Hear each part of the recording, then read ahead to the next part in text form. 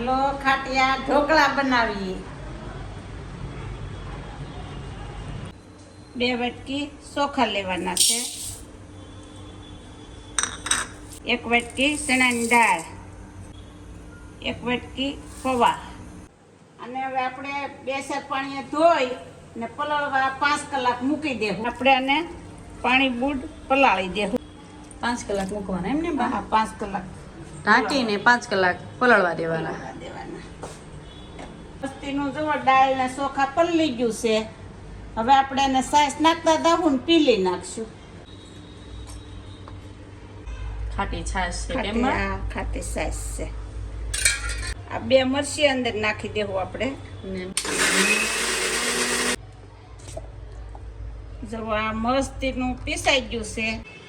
હવે આપણે આ બેટરને 5 કલાક ઢાંકીને મૂકી દેવું. બેટર આપણું બની ગયું છે.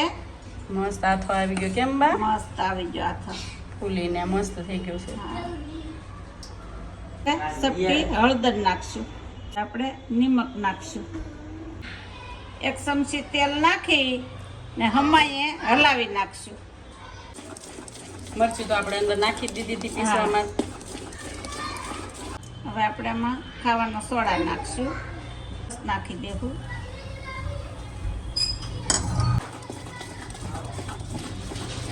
ઢોકળિયામાં 2 ગ્લાસ પાણી નાખી દેવું.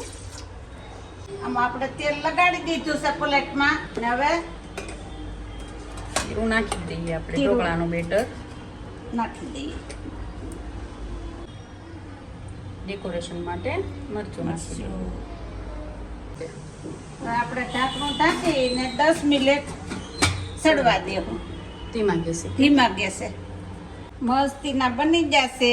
હવે આને કટિંગ કરીને વઘાર લઈએ આપણે. હવે બા વઘાર કરો છો? હા, ઢોકળા તો ઓર બની જશે પણ વઘાર હોય ને તો ઓર મજા આવે. તેલ લીધું છે, સિંગ તેલ લીધું છે. હા, સિંગ તેલ. ને એમાં રાઈ જીરું નાખ્યું છે. હવે આપણે મરચીનો લીમડો નાખી દીધો છે.